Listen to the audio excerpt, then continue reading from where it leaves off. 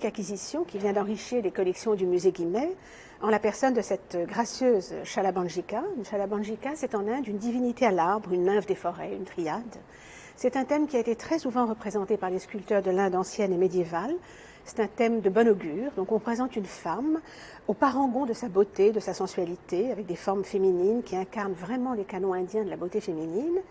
Et cette femme, cette Shalabanjika, cette dryade, est supposée dans cette iconographie consacrée en Inde, soit poser le pied sur la souche d'un arbre mort, soit de sa main attraper la branche d'un arbre. Et par le contact de la beauté, enfin du corps de cette femme et de sa beauté et de ses forces vivifiantes et régénérantes, il y a une sorte de transmutation entre l'arbre mort et le corps de cette femme qui, par sa beauté, par sa sensualité, va faire refleurir cet arbre mort. Il va de nouveau porter des feuilles et des fruits. Donc c'est un thème de bon augure.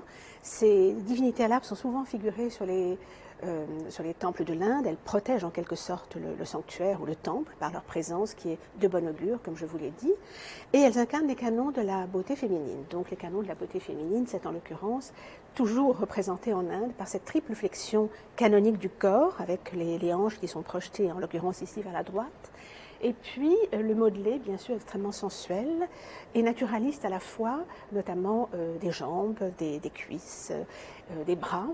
Tout ceci est véritablement une exaltation à la beauté féminine.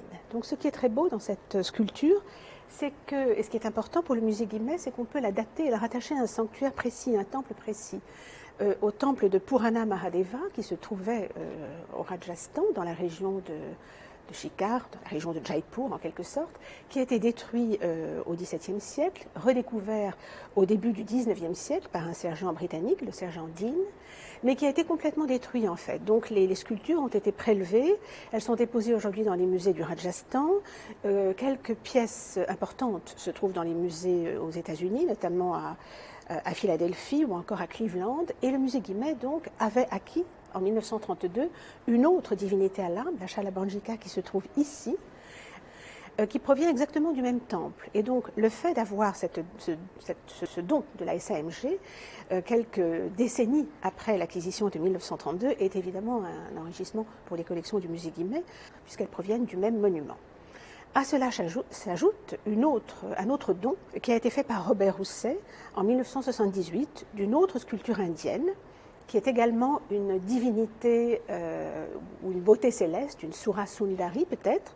Donc c'est une autre iconographie, mais c'est toujours cette exaltation des formes féminines, de la beauté féminine, de la plastique féminine, qui est vraiment un des grands moments importants dans l'esthétique indienne, cette exaltation du corps féminin. Et donc le musée Guimet peut présenter dans le même espace ces divinités qui proviennent de ce temple qui a été daté par inscription entre 961 et 973, donc la fin du Xe siècle. Et je tiens à souligner ce fait que c'est assez rare dans un musée avec des collections indiennes qu'on ait des sculptures qui soient aussi bien documentées, avec la connaissance de la provenance du temple, d'où elles proviennent en fait.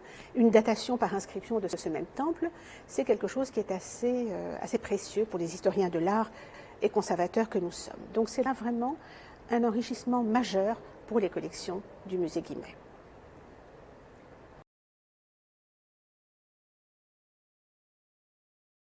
Alors c'est un don de la SAMG qui nous a été fait lorsqu'on nous a montré la photo de cette pièce qui était dans une collection particulière, la collection de Mike Winter-Rousset. Et évidemment, la question nous a été posée de savoir si elle présentait pour nous un intérêt esthétique, iconographique, artistique.